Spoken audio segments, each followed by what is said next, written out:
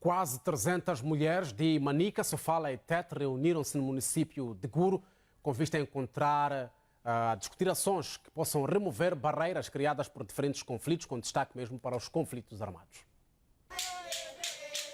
Município de Guro, a norte de Manica, foi durante 2 dias palco do segundo acampamento solidário de mulheres.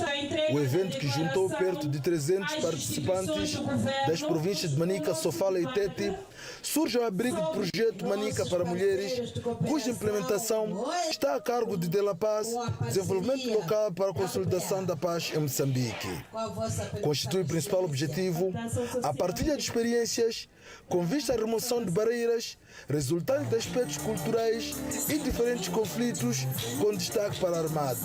Quando a gente fala de conflitos armados, não é só a ausência das armas, mas também o conflito que acontece com essas mulheres, falando do conflito da terra, falando mesmo sobre a própria violência que a mulher acontece com ela dentro da sua família, violência física, violência econômica, violência sexual. Então, essas todas as temáticas estão em volta dessa situação de conflito. O primeiro acampamento solidário de mulheres de Manica aconteceu em Nhazônia, no distrito de Barwe, em novembro de 2023.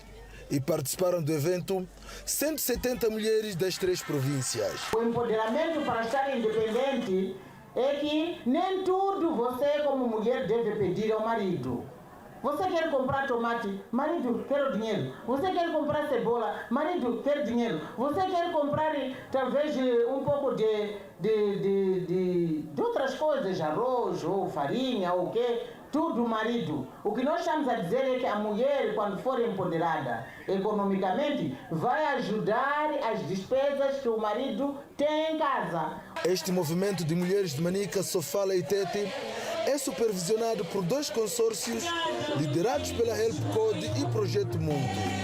O mesmo conta com financiamento do governo moçambicano, União Europeia e a Agência Italiana para o Desenvolvimento num valor não especificado.